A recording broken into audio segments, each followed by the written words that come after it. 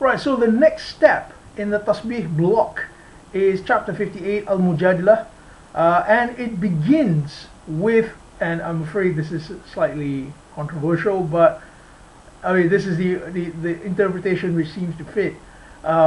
Verses 1 to 4, which talks about oppression of the Nisa. So it's talking about people who have a capacity, an economic capacity within the Allah wa Rasul structure, but they are oppressing the Nisa. They are doing zihar on the Nisa, which means that they are trying to overwhelm the Nisa. And this is unacceptable in the sight of Allah. And anyone who does this needs to pay the price of doing this by feeding or fasting. So this is verses 1 to 4. So that this sets the tone, yeah, and it sums this up by saying inna alladhina yuhadduna Allah wa rasulahu. So kubitu kama kubita alladhi min qablihim. So those who resist Allah and His Apostle, they will be humbled to dust. So what does this mean exactly? Well, these people who are trying to resist the movement towards economic equality in the Allah wa Rasul structure, they will be stopped, they will be humbled. Because this is the purpose of the structure, as we've seen in the previous ayat. It says, لِيَقُومَ النَّاسِ بِالْقِسْطِ, to make humankind stand up with justice by way of distribution. So this is what we need to do to stop people from doing zihar.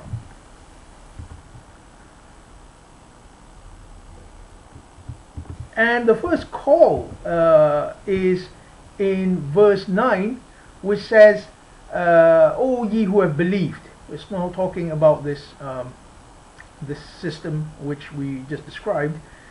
When you have, it says tanajaitum, which apparently means secret council. So if you have a secret meeting, some kind of clique, if you like, do not do so bil itham wa udwan. Do not do so for hostility and iniquity. So, and disobedience to the messenger. So in other words, the government cannot be, how you say, I mean, if you have a conspiracy against the government, believers are not supposed to do this. Then another call is in verse 11, when you are told to make room, make room. So in the context of Allah wa Rasul, this is clearly not talking about a lecture hall where you're supposed to give chairs to people. No, this is about in the system of Allah wa Rasul. If someone comes in, then accept them, and when you're told to rise up, rise up. You see, so in other words, your unity is crucial. So this is a single verse passage, so you can imagine how important it is. It's there to focus your attention. 58 verse 11.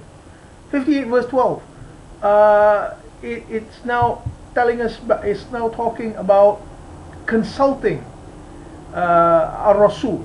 Yeah, so najjaitum ar-Rasul. It says spend something before that, before your consultation. It will be better for you. So spending is giving something good. It doesn't mean just money. It means helping, bringing the system to life. That is something which is crucial. So then, very interestingly, we have, I mean, the closing of the chapter is quite, it repeats the sentiment given in verse 5. It says, إِنَّ الَّذِينَ يَحَدُّونَ اللَّهَ وَرَسُولَهُ أُولَٰئِكَ فِي الضَّالِّينَ. Those who try to stop the system from happening, which liyaqum an-nas, istiqama an-nas, we have seen this in the previous chapter. Those who resist this, they will be humiliated. Allah says, kataba Allahu li'aghlibanna ana wa rasuli inna Allahu qawiyyun aziz. So Allah has written, Allah has decreed, it is I and my Rasul who will prevail. Why? Because it is al-haq, it is the truth, it is beneficial for mankind. It will prevail. You see, so systems of oppression are completely against the governance of Islam, and this is the emphasis on that.